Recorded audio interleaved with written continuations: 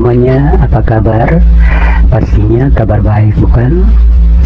Bersama saya Romeo Dirk Junior di channel yang spesial membahas tentang video-video apologet Kristen dan video-video kesaksian Kristen yang berasal dari sumber-sumber data yang terpercaya dan valid. Video ini bertujuan hanya ingin mengedukasi penonton tentang apa yang dibahas sesuai judul video.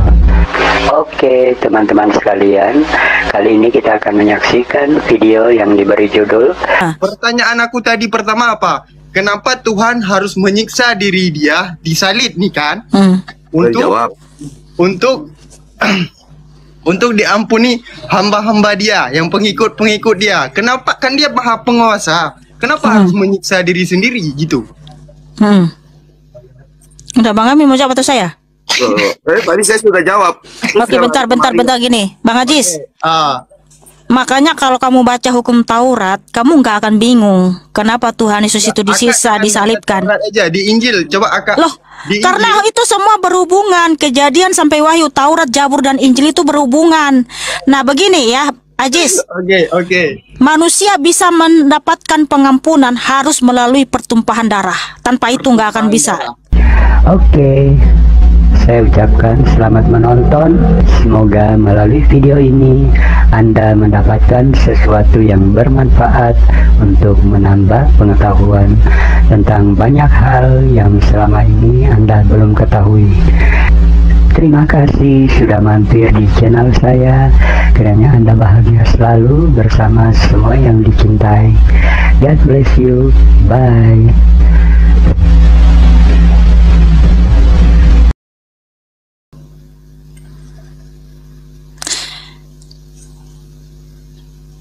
Ya, selamat malam Bang Ajis. Malam, bentar. Ya, terima kasih buat teman-teman yang taping yang mengatakan seperti itu. Saya berdoa Tuhan Yesus mengasihimu saudaraku. Tapinganmu untuk menghina Tuhan Yesus, cinta Tuhan Yesus lebih besar dibanding dengan dosa-dosamu dengan tapinganmu. Saya berdoa kiranya Tuhan Yesus mengampunimu, memberikan kamu pengampunan dan damai sejahtera yang melimpah ya saudaraku ya. Terima kasih. Karena saya anak Tuhan Yesus, saya mendoakan kamu. Karena Tuhan Yesus mengajarkan berdoalah bagi orang yang menganiaya kamu. Memang kamu nggak menganiaya saya secara badani, tapi kamu menganiaya secara roh ya. Tapi karena Tuhan Yesus mengajarkan ya, Matius 5 ayat 40 sampai 44 ya, berdoalah bagi orang yang seperti kamu ini ya. Saya berdoa kiranya Tuhan mengampunimu, Tuhan memberikan kamu rahmat dan damai sejahtera yang melimpah dalam hidupmu ya saudaraku ya. Saya percaya kamu adalah orang yang baik, tapi karena kamu memang masih menyangkal ya, akhirnya kamu typing seperti itu. Namun saya percaya kamu akan bertobat dan kamu dicintai, dikasihi Tuhan Yesus. Amin, amin, haleluya. Ya silakan Bang Ajis, silakan. Aku mau tanya Kak, kenapa Tuhan Yesus buat mengampuni apa hamba-hambanya, apa rakyatnya? Loh, kalau bukan Tuhan yang mengampuni kita, terus siapa dong? Gini. Kenapa kan Tuhan itu bisa membuat segalanya kan? Kenapa harus menyiksa dirinya untuk mengampuni orang lain gitu? Ya silakan Bang Amin. Kenapa harus apa menyiksa? Ya, kan Tuhan itu kan bisa segalanya kan, ya kan? Kenapa harus menyiksa dirinya? Kenapa harus menyiksa dirinya untuk diampuni hamba-hamba lainnya? Kan ya sekarang gini bro, kalau misalnya kamu udah ucapkan A, lalu kemudian selanjutnya kamu diucapkannya adalah B, kamu disebut manusia apa? Munafik, betul? Nah, Tuhan sama bro. Ketika dari zaman Adam, jangan engkau makan buah itu, jangan berbuat dosa. Ketika engkau jatuh ke dalam dosa, maka engkau akan ke maut. Maut itu adalah siksaan abadi, yaitu neraka bro.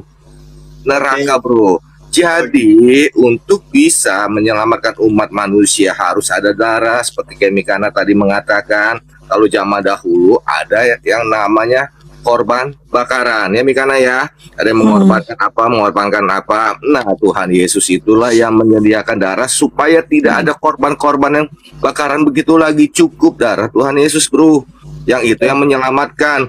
Nah kalau dia dia bilang istilahnya waktu penyalipan dia nggak mau disalib. Di Alkitab dari ayat Matius sudah jelas, dia sudah mengatakan akan tersalib, akan disiksa dan akan bangkit pada hari ketiga. Gini bang.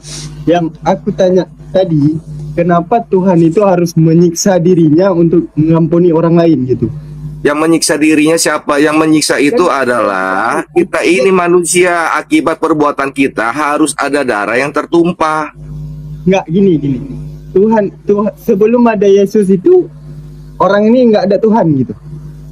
Kan tadi saya udah bilang dari zamannya Adam sudah ada Tuhan. Ya, tadi kakak ini bilang Adam diciptakan oleh Tuhan. Ya. Yesus ini diciptakan Adam oleh dan Tuhan. Hawa diciptakan oleh Tuhan Yesus. Oke. Tuhan Yesus ini diciptakan oleh Tuhan lagi. Berarti ada dua Tuhan gitu. Diciptakan. Tuhan Yesus lah yang menciptakan mereka semua. Anda percaya gak Tuhan Yesus menciptakan malaikat? Sebelum ada penciptaan manusia, Tuhan Yesus menciptakan malaikat. Ini bang, Yesus ini Jangan gini. Percaya tidak? Kalau Tuhan sebelum penciptaan manusia, Tuhan Yesus yang menciptakan malaikat. Siapa pencipta malaikat? Yesus ini dilahirkan oleh Maria kan? Siapa pencipta malaikat? Saya tunjukin siapa yang pencipta malaikat, bro. Enggak.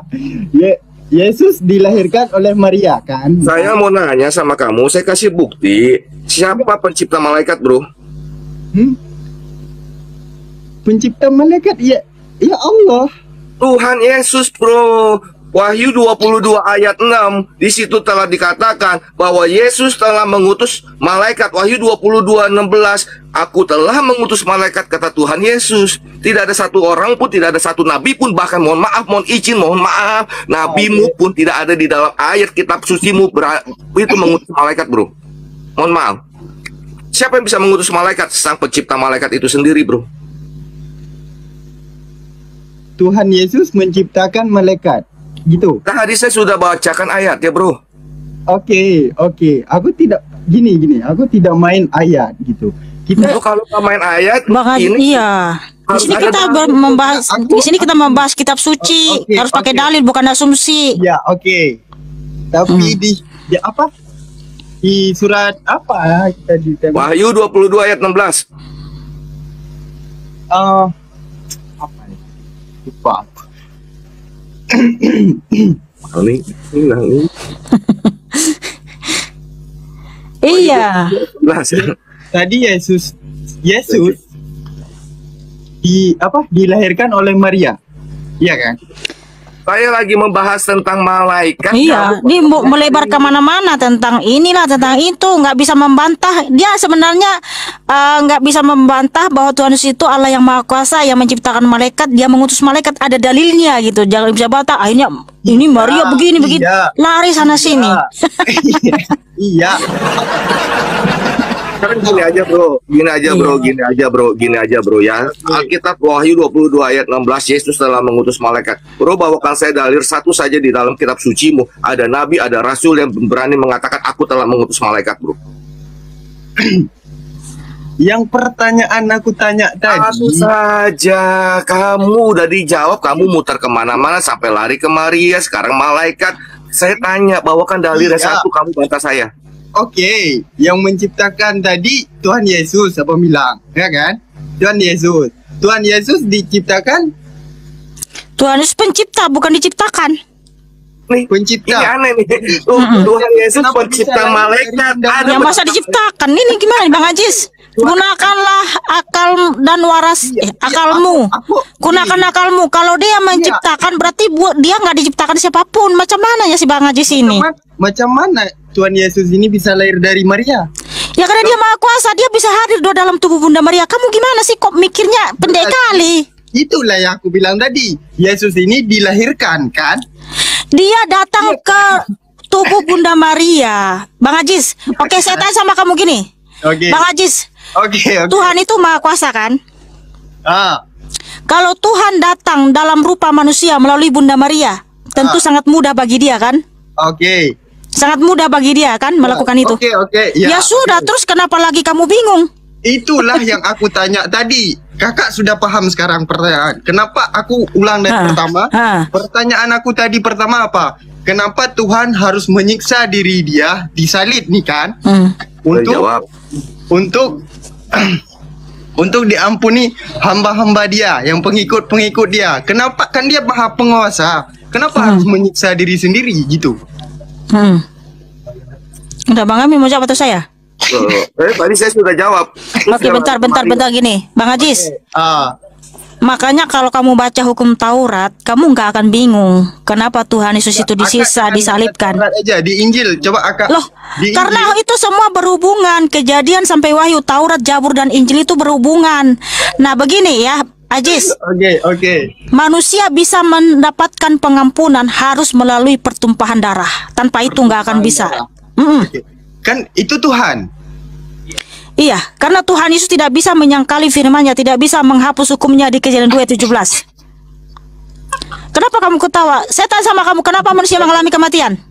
Apa? Kenapa manusia mengalami kematian? Kenapa manusia itu mati? Kenapa manusia itu mati? Karena sudah ditakdirkan gitu. Berarti Tuhan menciptakan manusia ditakdirkan untuk mati. Tuhan itu jahat banget, kok begitu? Berarti Tuhan itu jahat dong. Enggak jahat sih. Terus kenapa kita harus mati? Masa ditakdirkan untuk mati? Oke. Nah, bingung dia akan jawabnya. Aku tanya balik. Kenapa Tuhan Yesus itu bisa mati juga? Karena dia mau membebaskan kita dari dunia kematian. Setelah mati kita nggak mati lagi, hidup lagi gitu. Makanya setelah Tuhan Yesus bangkit, ada juga yang bangkit karena Tuhan Yesus telah membebaskan manusia-manusia yang mati dahulu di dunia kematian, ya, yaitu di Efesus 4 ayat 8 sampai 10, Mazmur 68 ayat 19, Matius 27 ayat 50 sampai 53. Ketika Tuhan Yesus mati, turun ke dalam alam maut, di alam maut dia membebaskan manusia-manusia yang telah mati, sehingga ketika Tuhan Yesus bangkit, mereka pun ikut bangkit. Nah, terbuktikan Tuhan Maha Pengampun, Maha Kuasa, Maha Baik. Gini Kak. Aku tanya. Jadi iman kita itu, Ajis, gini, Kak. Iman kita itu bukan masalah gitu Kak. Aku gini ya. Aku kenapa aku ketawa? Yang aku tanya ini pohon pinang Kak. Yang Kakak jawab ini pohon kelapa. Paham nggak? Sama. Dari mana pohon pinang dan pohon kelapa? Gini Asis, ketika saya menerangkan sebuah apel tadi yang kamu jawab cempedak. Iya. Lagi berbicara. Oke, dengar Bang Ajis, jangan kamu bilang kamu bertanya pinang, saya jawab pohon apel. Karena kamu sebenarnya nggak mau terima. Kamu jawab pohon pinang, saya jawab pohon pinang juga. Saya tanya sama kamu, kenapa manusia mengalami kematian? Kamu nggak bisa jawab. Kamu nggak tahu, bingung kan? Bingung kamu? Gini Kak, karena apa coba? Masa Tuhan menciptakan manusia untuk mati? Aku belum mengalami kematian. Emang kamu mau hidup? Oh, jadi kamu nggak akan mati nanti? Bukan semua orang itu akan mati. Ya udah, raja-raja aja mati, apalagi kau, Ajis. Nggak, gini, yang aku tanya itu, Tuhan itu kan apa? Dia yang menciptakan, dia yang mengampuni, ya kan? Nah, Kak bilang kan? Betul.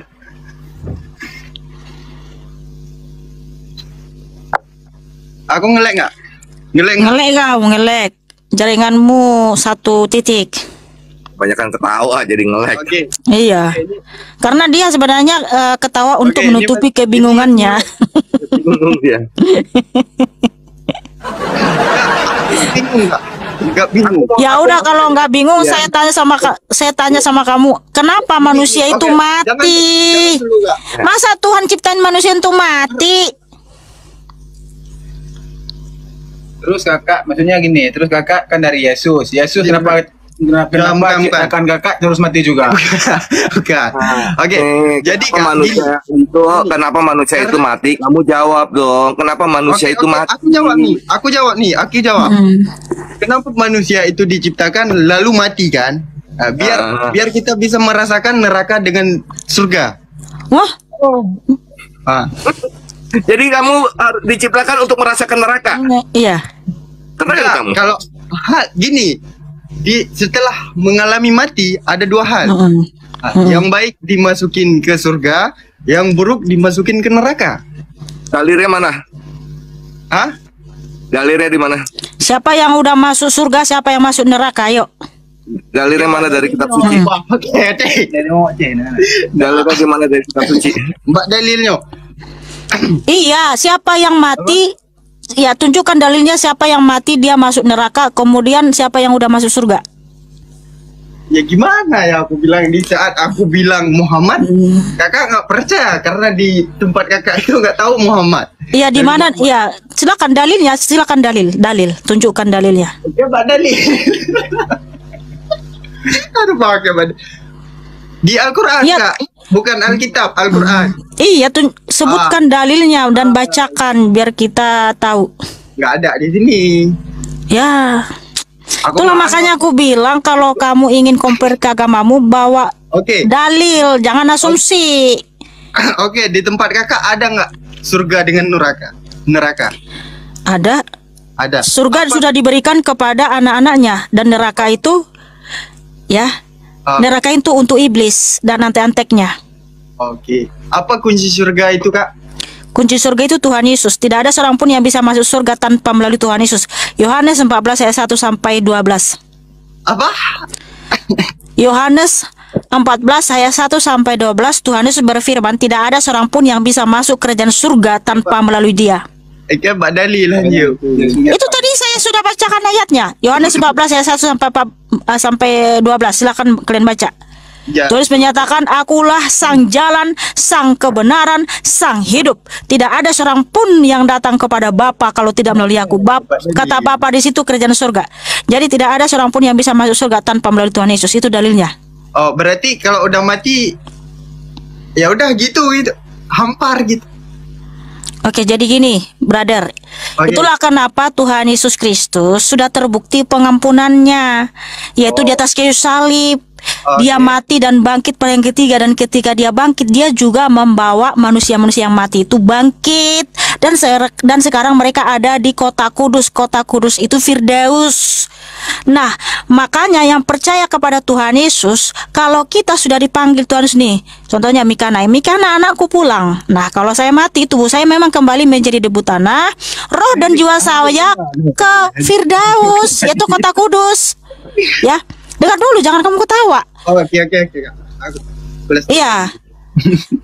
Jadi kami anak-anak Tuhan Yesus kalau dipanggil pulang, tubuh kami memang mati, roh dan jiwa kami langsung ke Firdaus. Namun ya, orang yang tidak percaya kepada penyaliban, kepada darah Kristus yang tercurah di atas kayu salib, Tuhan Yesus berfirman, Yohanes 15 ayat 5, di luar aku kamu tidak bisa berbuat apa-apa. Artinya kalau dia mati, tubuhnya memang kembali juga menjadi debu tanah, tapi roh dan jiwanya tetap turun ke Hades, ke alam maut. Nah, Hades, alam maut itu sudah seperti neraka, tapi itu belum neraka yang sesungguhnya.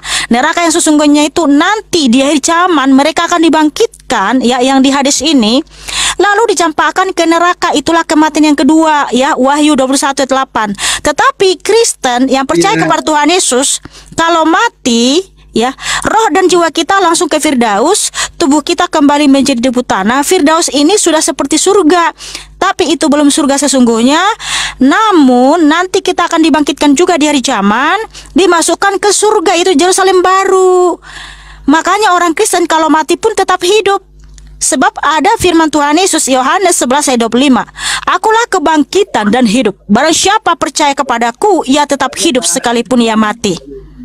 Jadi orang Kristen itu kalau mati tetap hidup karena roh dan jiwa kita ke surga, ke Firdaus. Ya, sekarang gini, saya nanya Asis. Asis, kalau kamu ketika kamu meninggal, sesudah meninggal, kamu ke surga apa ke neraka, Asis? Gini, Bingung. kalau di agamaku, karena kita beda agama kan. Kalau di agamaku ada yang namanya alam kubur. Ya, habis itu ke surga atau ke neraka? Ya, ada pertimbangannya. Ketika aku di dunia ini banyak membuat maksiat, gitu kan? Ketika aku di dunia ini banyak membuat maksiat, aku bisa jadi masuk neraka. Nah, terus? Gitulah. Kalau kamu nggak banyak buat maksiat, Ketika aku sering menuntut, misalkan kan di agamaku ada sholat 5 waktu, berbuat baik, aku bisa masuk surga. Asis bentar ya Mikana. Asis, kamu punya Quran, coba tolong bukakan surah Maryam 71 kamu baca. Quran surat Maryam 71.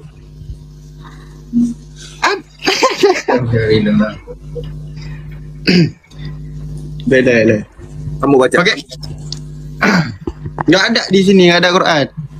Ya ampun, masa kamu Islam nggak punya Quran? Macam mana sih di sini? Kamu pernah nggak baca kitabmu? Aku pernah. Aku gini, aku sekarang di kos. Udah khatam kamu? Hah? Udah khatam? Sering. Cuma Oh ya udah, kenapa kamu nggak ingat Maryam 71 kok kamu nggak ingat? Kita aja ingat loh. Itu gambar Quran, coba Injil. Hukum agama bukan kan? Dan tidak ada seorang pun di antara kamu yang tidak mendatangi neraka. Berarti manturun dan mau neraka. Apa dengan 70% nama? Ya, bukan dan mau neraka hanya yang baiknya sama surga juga di bilangnya. Nyo, udah mulai nyo.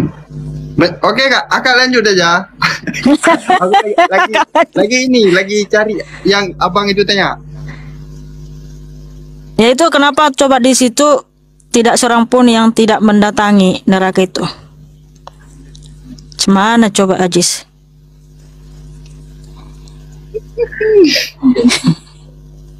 Kira cukup lah Mikana.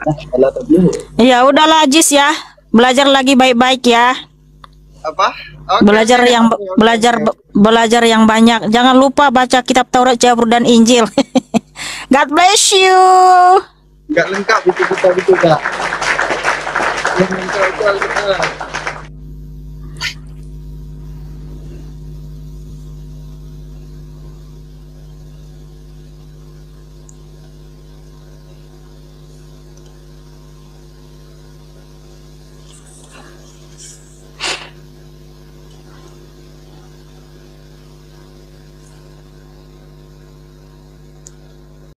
Yohanes 14 ayat 1 sampai dengan 14. Rumah Bapa. Janganlah gelisah hatimu, percayalah kepada Allah, percayalah juga kepadaku. Di rumah Bapakku banyak tempat tinggal. Jika tidak demikian, tentu aku mengatakannya kepadamu. Sebab aku pergi ke situ untuk menyediakan tempat bagimu. Dan apabila aku telah pergi ke situ dan telah menyediakan tempat bagimu, aku akan datang kembali dan membawa kamu ke tempatku, supaya di tempat di mana aku berada, kamu pun berada. Dan kemana aku pergi, kamu tahu jalan ke situ. Kata Thomas kepadanya, Tuhan, kami tidak tahu kemana engkau pergi, jadi bagaimana kami tahu jalan ke situ? Maka kata Yesus kepadanya, Akulah jalan dan kebenaran dan hidup. Tidak ada seorang pun yang datang kepada Bapa kalau tidak melalui Aku.